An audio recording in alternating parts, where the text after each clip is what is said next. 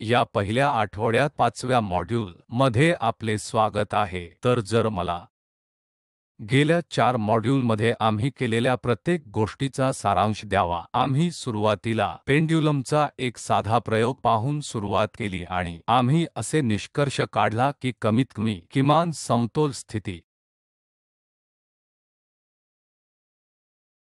बद्दल लहान विस्थापन झाल्यास रिस्टोरिंग बल विस्थापनाचे प्रमाण आहे आणि तेथे वजा चिन्ह होते आणि तेथून आम्ही वर गेलो, गतीचे समीकरण मिळवू आणि एकदा आपल्याला गतीचे इक्वेशन माहित झाल्यानंतर आम्ही दोलनाचा कालावधी वजा करण्यास सक्षम होतो आणि मग आम्ही हे देखील पाहिले की विस्थापनाचे कार्य म्हणून इक्वेशन सोडवू शकतो आणि एकदा आपल्याला विस्थापन माहित झाल्यानंतर आपल्याला वेलोसिटी आणि प्रवेग देखील सापडेल आणि आम्ही हे देखील पाहिले की विस्थापन आणि वेग आणि प्रवेग दरम्यान सिस्टमॅटिक संबंध होते आणि त्याचा शेवटचा भाग आम्ही एक्साइटिंग सिस्टमच्या ऑसिलेटिंग प्रणाली आणि कायनेटिक एनर्जी मोजली होती का या प्रत्येक घटकामध्ये संभाव्य आणि कायनेटिक एनर्जी स्वतंत्रपणे वेळेवर अवलंबून होती, परंतु एकूण ऊर्जा वेळोवेळी स्वतंत्र होती। म्हणून पुन्हा हे आश्चर्यकारक नाही की जेव्हा आपण सुरुवातीला सिस्टमचे मॉडेल केले तेव्हा आम्ही नष्ट होण्याचे संभाव्य मार्ग म्हणून ऊर्जेचा डिसिपेशन करण्याचा विचार केला नाही, तर आपल्याकडे एक सिस्टम आहे जी या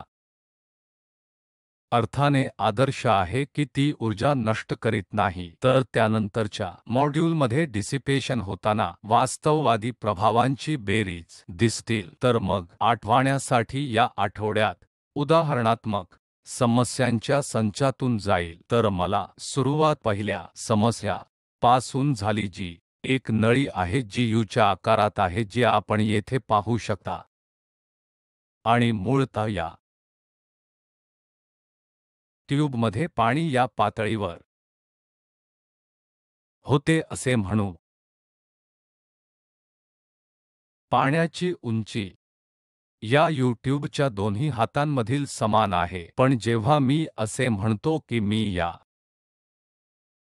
हातातल्या पाण्याला x च्या बरोबरीने इतकी रक्कम निराश करतो तेव्हा इतर हातातील पाणी देखील x ने वाढले आहे। तर येथे निव्वळ विस्थापन हे 2 x असेल। दरम्यान फरक मी निराश केल्यावर दोन्ही हातांमधील द्रव पातळी असेल आणि एकदा मी ते सोडले, हे ऑसिलेटर आणि खाली जात आहे आणि अर्थातच डिसिपेशन झाल्यामुळे शेवटी ते परत येईल आणि समतोल स्थितीत स्थायिक होईल, जे हे आहे। तर आता प्रश्न असा आहे की या केसच्या दोलनाच्या काळाचा कालावधी काय आहे? हे करण्यासाठी आपल्याला आवश्यक आहे इतर काही परिमाणे आवश्यक आहेत। असे समजू की L ही द्रव स्तंभाची लांबी आहे।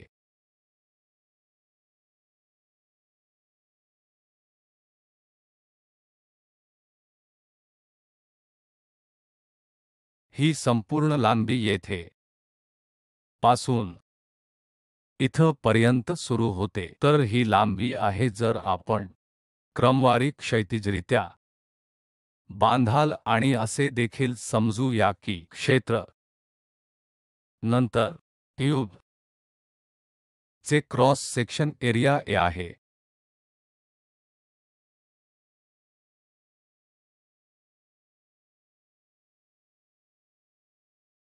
असे समजू की या द्रव मध्ये घनता रो आहे, तर ही ट्यूबमध्ये द्रव ची घनता आहे। तर मला हे जाणून घ्यायचे आहे की सिस्टममधील दोलनाचा कालावधी काय आहे।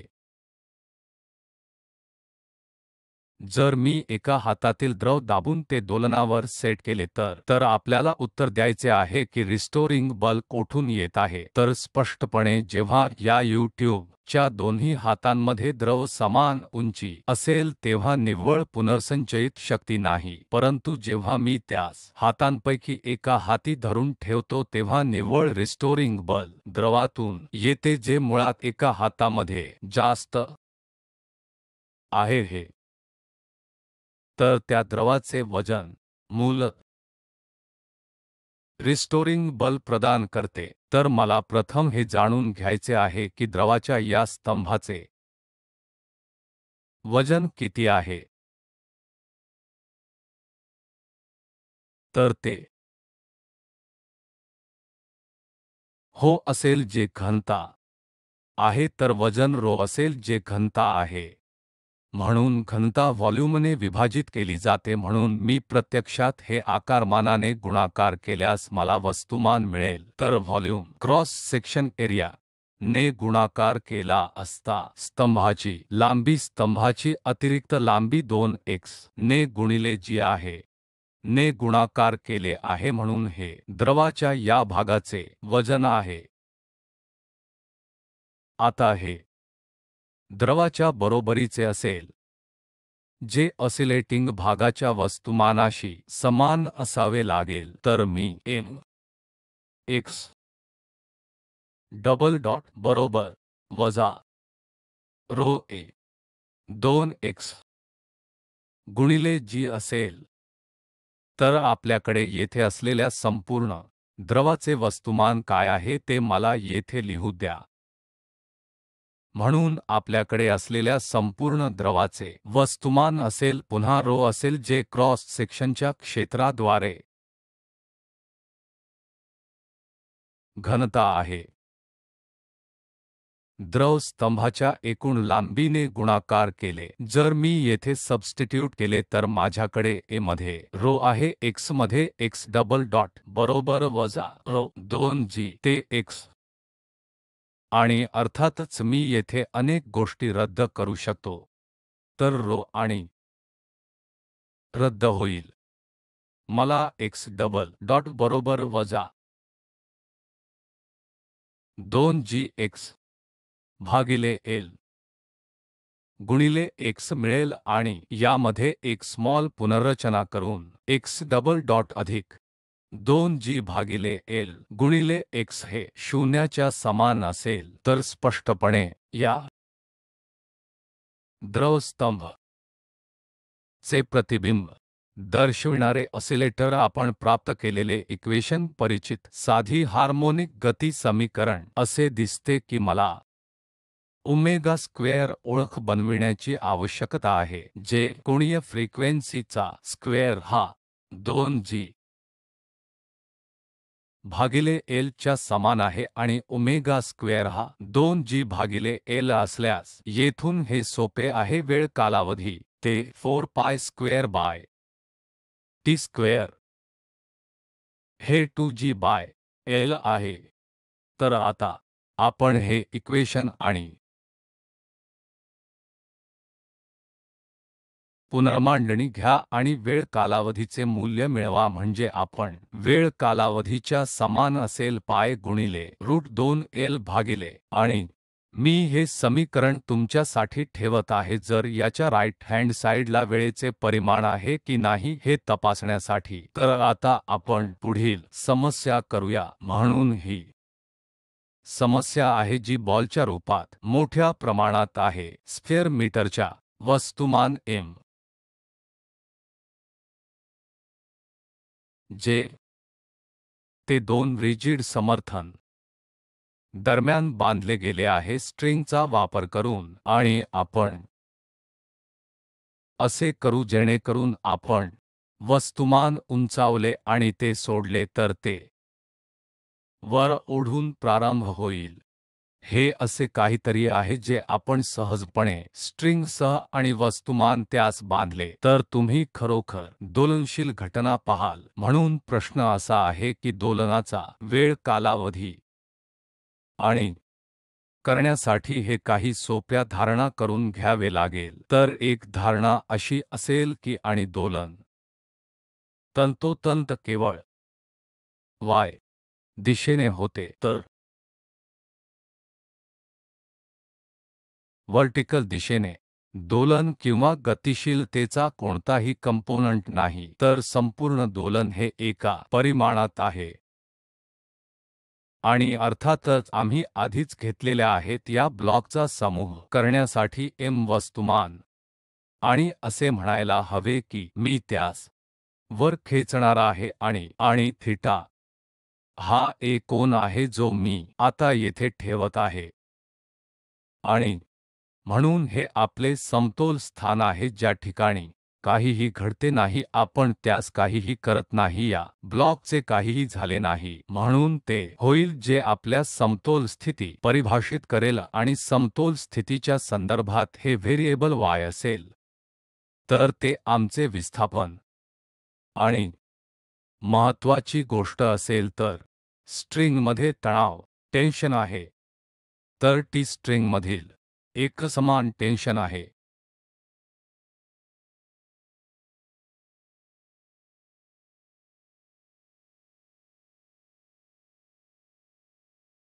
आणि आम्ही असेही गृहीत धरू की 2y स्ट्रिंगची संपूर्ण लांबी आहे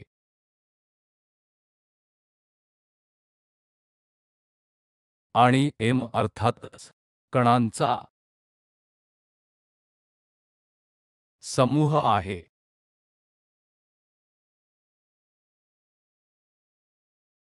म्हणून आता जेव्हा मी वर खेचतो तेव्हा आपण कोनाने बोलूया थीटा वस्तुमानने म्हणून हा टेन्शन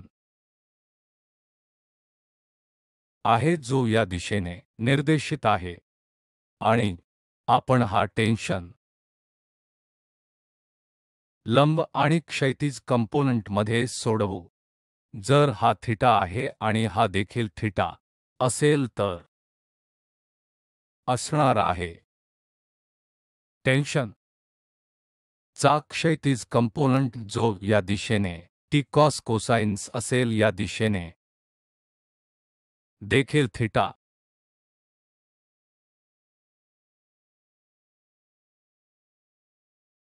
कारण त्याचा मॅग्निट्यूड जो आहे तो टेन्शन क्षैतिज दिशेने नेट गती एकमेकांना विरोधी च्या विरुद्ध आहे समान आणि याचा अर्थ असा आहे की क्षैतिजाच्या बाजूने या दिशेने कणाचा निव्वळ हालचाल नाही तर फक्त अंश स्वातंत्र्य किंवा एकमेव दिशेने ज्यामध्ये कण वर आणि खाली जाईल आता अनुलंब असलेल्या टेन्शनच्या कंपोनंटचे काय आहे म्हणून व्हर्टिकल बाजूने असे आहे की येथे साइन थीटा असेल आणि दुसऱ्या बाजूला साइन तर नेट खालच्या दिशेने फोर्स टेन्शनमुळे 2 साइन थीटा नाही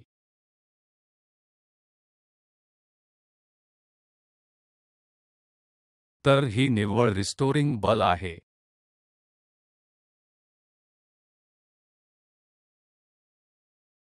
तर या सिस्टममध्ये स्ट्रिंगमधील टेन्शनमुळे पुनर्संचयित शक्ती प्रदान केली जाते जर स्ट्रिंगमध्ये कोणताही तणाव नसेल तर निव्वळ पुनर्संचयित शक्ती नाही आणि दोलन होणार नाही म्हणून आपण जे केले त्याची गणना करणे ही रिस्टोरिंग बलाचा मॅग्निट्यूड आहे जी 2t साइन थीटा आहे तर आता मी मोशनचे इक्वेशन लिहू शकतो म्हणून गतीचे इक्वेशन my दुहेरी बिंदू असेल जे वजा 2t साइन थीटाच्या समान असेल आणि आता मला साइन थीटा जागा घ्यावी लागेल जी l ने y ने साइन फंक्शनच्या मूलभूत परिभाषेतून आपण शोधू शकता तर हे सर्व दिल्यास आता मी हे इक्वेशनमध्ये परत ठेवले आहे म्हणून माझ्याकडे y चे डबल डॉट आहे वजा 2t ते y पर्यंत y से l आणि मी हे इक्वेशन पुन्हा व्यवस्थित करू शकतो जेणेकरून मला वजा च्या बरोबर y च्या बरोबर 2t बरोबर m l y मध्ये y डबल डॉट अधिक 2t y ते y मध्ये m l ने भागलेले x ते 0 इतके होईल तर पुन्हा एकदा आपण जे मिळवले ते म्हणजे हालचालीचे इक्वेशन आहे जे समीकरण जे साधी हार्मोनिक गतीसाठी सामान्य समीकरणाप्रमाणे समान दिसते तर येथून मी थेट अनुमान काढू शकतो वेळ कालावधी काय आहे, तर येथे ओमेगा स्क्वेअर कोणीय फ्रिक्वेन्सीचा स्क्वेअर ml ने 2t असेल आणि आम्हाला माहित आहे की ओमेगा 2 पायच्या समान आहे. आम्ही येथे सबस्टिट्यूट शकतो ओमेगा चे इक्वेशन आणि अटी ठीक करा. आम्हाला माहित आहे की ओमेगा ही कोणीय फ्रिक्वेन्सी जी 2 पाय म्हणून परिभाषित केली जाते, ज्यामुळे मी लहान टी वापरतो कारण मी टेन्शनसाठी भांडवल वापरत आहे. तर लहान टी आहे वेळ कालावधी आणि हा कालावधी आहे की मला म्हणून शोधायचा आहे. म्हणून जर तुम्ही या इक्वेशनमध्ये ओमेगाला सबस्टिट्यूट दिला आणि एक साधे पुनर्मांडणी केली, आपल्याला हे टी मिळू शकेल जो वेळ आहे बरोबर 2 पाय आहे मध्ये ml भागिले 2t आणि पुन्हा मी हे सत्यापित करण्यासाठी एक व्यायाम म्हणून सोडतो की या इक्वेशनच्या राईट हँड साइडला खरोखरच वेळ परिमाण आहे. तर मग आमच्या बरोबर आहे. म्हणून आपण 2 समस्या केल्या जिथे आम्ही सिस्टमचा कालावधी मोजण्यात आला. तर जर आपण वर नजर टाकली तर आपण अनुसरण करीत असलेल्या अल्गोरिदमचे आपल्याला रिस्टोरिंग बल कोठून येत आहे हे ओळखणे आवश्यक आहे. YouTube मध्ये द्रवाच्या बाबतीत ते मधून येते. द्रवाची अतिरिक्त लांबी जी YouTube मध्ये द्रवाच्या बाबतीत असते ते द्रवाच्या या अतिरिक्त स्तंभातून येते जे रिस्टोरिंग बल प्रदान करते आणि वस्तुमान बांधले जाते च्या बाबतीत कठोर समर्थनाच्या स्ट्रिंगद्वारे ते स्ट्रिंगमधील टेन्शनमधून येते. एकदा आपण रिस्टोरिंग बलचे इक्वेशनचे आणि एकदा गतीचे समीकरण मानक स्वरूपामध्ये एकदा लिहिले की मानक साधी हार्मोनिक गतीशी संबंधित जेव्हा आपण वेळ कालावधी खाली लिहू शकतो तेव्हा आपण कोनीय फ्रिक्वेन्सी ओळखू शकता. तर या टाइपमधील बहुतेक सोप्या समस्या या पाकृतीचे अनुसरण केले जाऊ शकते. म्हणून या समस्येमध्ये वस्तुमानाच्या कणाच्या बाबतीत हाताळेल m दोलन चालविते वळणांचे बिंदू शोधा. तर मला प्रथम या समस्येचे उदाहरण देऊन समजावून सांगू द्या. समजा पेंड्युलम चे उदाहरण विचारात घ्या. म्हणून हे त्याचे आहे सामान्य समतोल स्थिती आणि जेव्हा आपण प्रयत्न करता आणि त्यास ढकलता तेव्हा आम्ही त्यास आणि डॉलर्स देत आहोत. तर ते समतोल स्थितीतून सुरू होते, एका टोकाला जाते आणि परत येते. तर ही स्थिती येथे जिथे ती परत येते त्याला वळण बिंदू म्हणतात. म्हणून तो एका दिशेने जातो आणि परत येते आणि पुन्हा ते दुसऱ्या दिशेने जाते आणि परत येते. तर पुन्हा येथे कुठेतरी कदाचित तर हे आहे हे 2 वळणे आहेत. म्हणून अशा ऑसिलेटिंग प्रणाली सिस्टमसाठी 2 टर्निंग पॉइंट्स आहेत. समतोल स्थितीच्या दोन्ही बाजूला एक तर समतोल स्थिती 2 वळण बिंदूंमध्ये कुठेतरी आहे. आपण ज्या सिस्टममध्ये आपण विचार करता त्या ऑसिलेटिंग प्रणालीची पर्वा न करता आपण नेहमी 2 वळणांचे मुद्दे असतील. जर आपण याचा विचार केला तर हा एक वस्तुमान म्हणून एका झऱ्यामधून ओकसाबळत आहे जो या प्रमाणे रिजिड सपोर्टशी जोडलेला आहे आणि आपण म्हणू की हे त्याचे समतोल स्थान आहे. आणि एकदा आपण त्यास दोलन दिल्यास आपण त्यास काही ऊर्जा देत आहात आणि पूर्ण ऊर्जेशी सुसंगत आहात जी आपण दिली आहे ती वर जाईल आणि खाली जाईल आणि असे म्हणूया हा बिंदू आहे जिथे तो वर जातो आणि तिथेच खाली जातो. तर हे 2 वळणांचे बिंदू आहे ते परत येते आणि खाली येते आणि त्याचप्रमाणे ते पुन्हा समतोल स्थितीत रिबाउंड्स परत जाते. तर हे 2 वळणांचे आहेत. म्हणून अशा प्रत्येक ऑसिलेटिंग प्रणालीसाठी आपण मागे जाऊ शकता आणि 2 समस्या देखील पाहू शकता की आपण मध्ये YouTube मध्ये द्रव केले आहे आणि मोठ्या प्रमाणात ते या सर्व वस्तुमान सिस्टममध्ये स्ट्रिंग दोलन बांधले गेले आहे। तेथे 2 वळणे आहेत, तर मला हे वळणांचे मुद्दे शोधायचे आहेत। तर ते करण्यासाठी आम्ही हे सामान्यपणे करू शकतो, या पैकी कोणत्याही एका समस्येचा संदर्भ न देता, आणि म्हणूनच आम्हाला माहित आहे की कोणत्याही ऑसिलेटिंग प्रणाली सिस्टमसाठी संभाव्य ऊर्जा अर्धा m ओमेगा स्क्वेअर x स्क्वेअरने दिले जाते। तर फक्त आपल्याला आठवण करून देण्यासाठी की x चे विस्थापन हे स्थितीचे कार्य आहे असे मी दर्शविले आहे की x हे t चे कार्य आहे। त्याचप्रमाणे गतिशील ऊर्जा v स्क्वेअर m ते v स्क्वेअर पर्यंत च्या समान आहे। पुन्हा वेलोसिटी आहे आणि वेग देखील काळाचे कार्य आहे। म्हणून सर्वसाधारणपणे गतिशील आणि कायनेटिक एनर्जी दोन्ही वेळची कार्ये असतात। तर एकूण ऊर्जा E ही अर्धी m ओमेगा स्क्वेअर अधिक समान v स्क्वेअर असेल। आता यामधून मला बदलांचे मुद्दे कसे सापडतील, म्हणून वळणावर काय होते हे आपण काळजीपूर्वक लक्षात ठेवले पाहिजे। म्हणून वळणाच्या वेळी कण आपण असे म्हणू की तो पेंड्युलम असेल, हे एका दिशेने जाते, क्षणार्धात थांबते आणि परत येते। तर अगदी तंतोतंत त्या क्षणी वेग 0 आहे। तर मग हे म्हणणे वाजवी आहे आणि असे म्हणणे योग्य आहे की टर्निंग पॉइंटला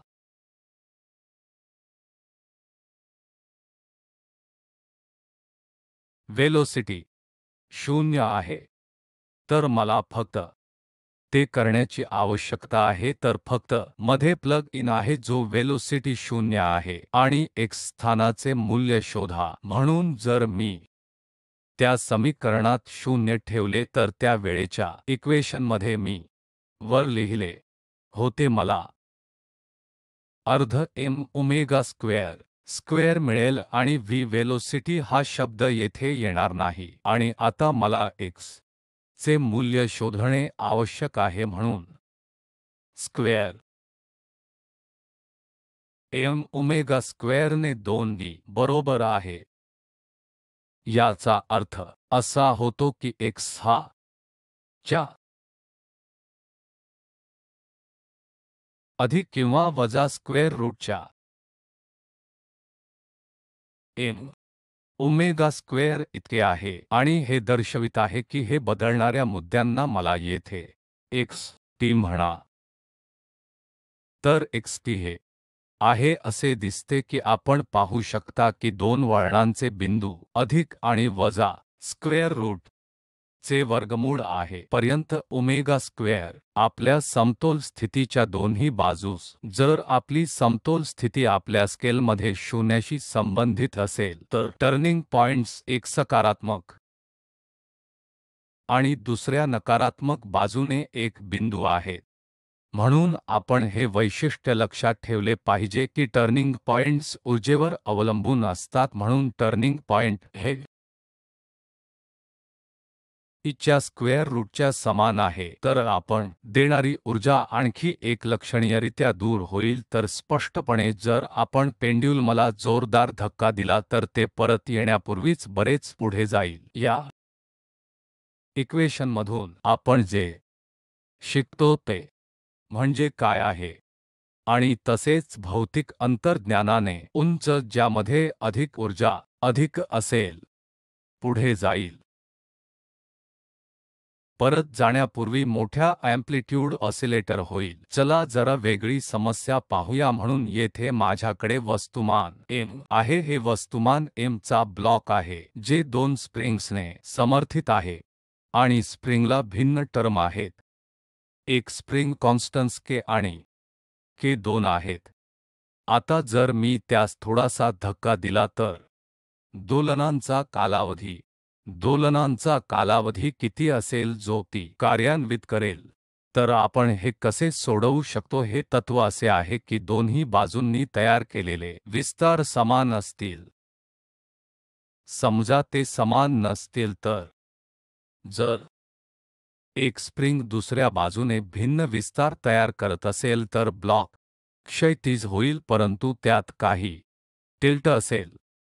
म्हणून आम्ही ती परिस्थिती टाळतो ज्यामध्ये दोन्ही डब्ल्यू ने निर्माण केलेले विस्तार समान असतील, ज्यामध्ये एकूण रिस्टोरिंग बल फक्त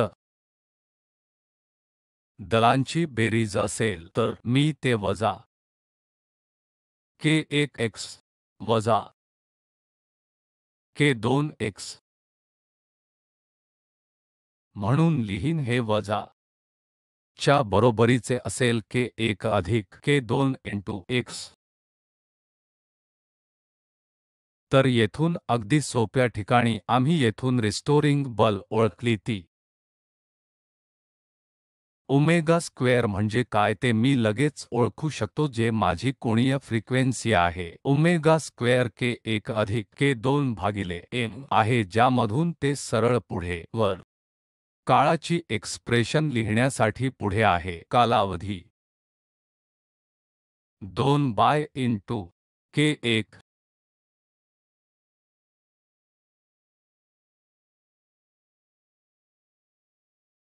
पर्यंत असेल ज्यामुळे आपल्याला या सिस्टमच्या कालावधीसाठी एक्सप्रेशन मिळते. पुढील समस्या म्हणजे आम्ही पाहिलेल्या आधीच्या व्हेरिएंटचा एक प्रकार आहे. म्हणून यापूर्वी दोन्ही झरे प्रकारचे कनेक्ट केलेले समांतर होते परंतु आता ते दुसऱ्या खाली असलेल्या मालिकेत जोडलेले आहेत आणि पुन्हा आपल्याकडे वस्तुमान m आहेत जे या रिजिड सपोर्टद्वारे या दोन पेंड्युलमद्वारे समर्थित आहेत. तर ही समस्या पूर्ण करणार नाही परंतु मी तुम्हाला प्रयत्न करण्यास प्रोत्साहित करतो स्वतः. आणि येथे मुख्य कल्पना अशी आहे की रिस्टोरिंग सैन्याने वर केले तर दोन झर्या समान होतील. म्हणून जर आपण हे तत्त्व वापरले तर आपल्याला सिस्टमचा वेळ कालावधी मिळू शकेल. म्हणून मी ही समस्या तुमच्यासाठी वर सोडणार आहे. तर या समस्येमध्ये आपण दोन दोलनांकडे पाहत आहोत जे एकाच्या दिशेने लंबवत आहेत आणि निराकरण येथे दिले गेले आहे. या दोन दोलनांपैकी सुपरपोजिशन काय आहे आणि मला मध्ये दोलनाची पद्धत जाणून घ्यायची आहे XY विमान. म्हणून ते करण्याचा मार्ग तर नेहमीप्रमाणे आपल्याला या इक्वेशन मधून वेळ काढून टाकायचा आहे आणि दोलनाला पॅटर्न प्लॉट कर. आणि नेहमीप्रमाणे आपण हे पहिले इक्वेशन वाढवू या. जर मी असे केले तर मला मध्ये रूट 2 मिळेल कॉस ओमेगा टी कॉस 2 वजा चिन्हे omega t sine pi by 2 आणि येथे कॉस पाय बाय 2 0. तर पहिला टर्म रद्द केला जाईल म्हणजे माझ्याकडे टी चा x आहे ते फक्त साय ओमेगा मध्ये वजा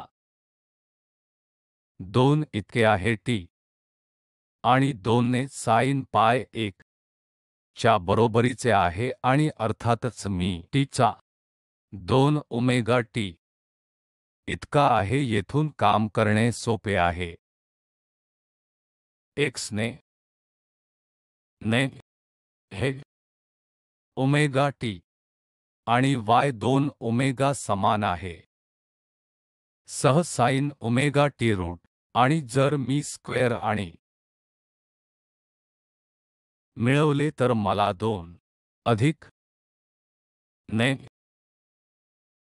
स्क्वेअर मिळेल. अर्थातच मी येथे साइन इन केले स्क्वेअर बाय 2 अधिक y स्क्वेअर बरोबर 1 एवढे आहे. तर स्पष्टपणे हे लंबगोल आहे जसे आपल्याला मिळाले ते आहे. याचे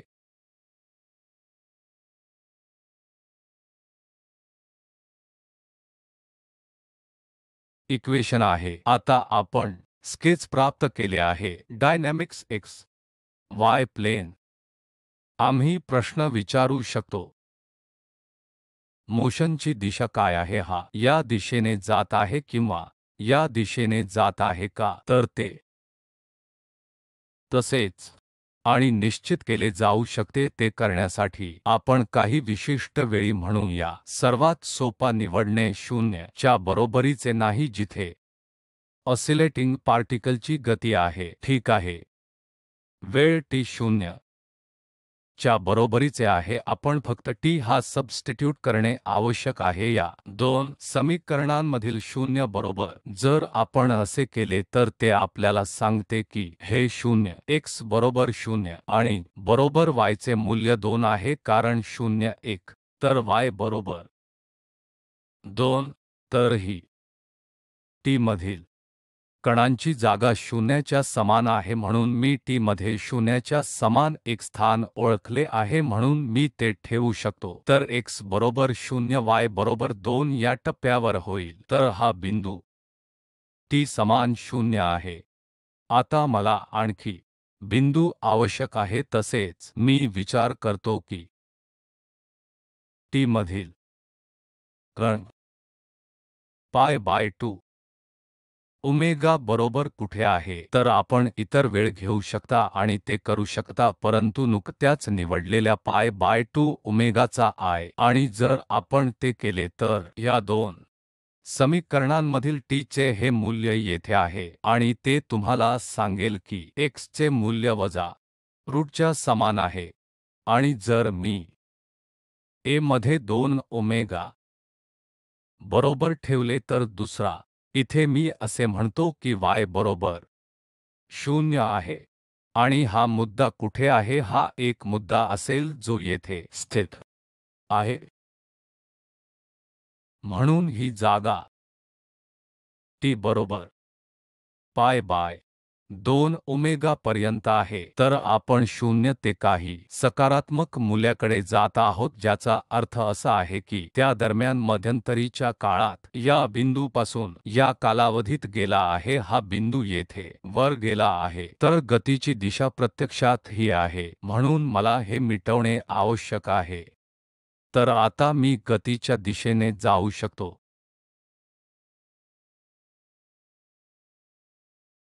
म्हणून वेळेची विविध मूल्ये प्लॉट करून आपण दोलन आणि XY प्लेनची पॅटर्न रचू शकत नाही, परंतु गतीची दिशा देखील मिळवू शकता.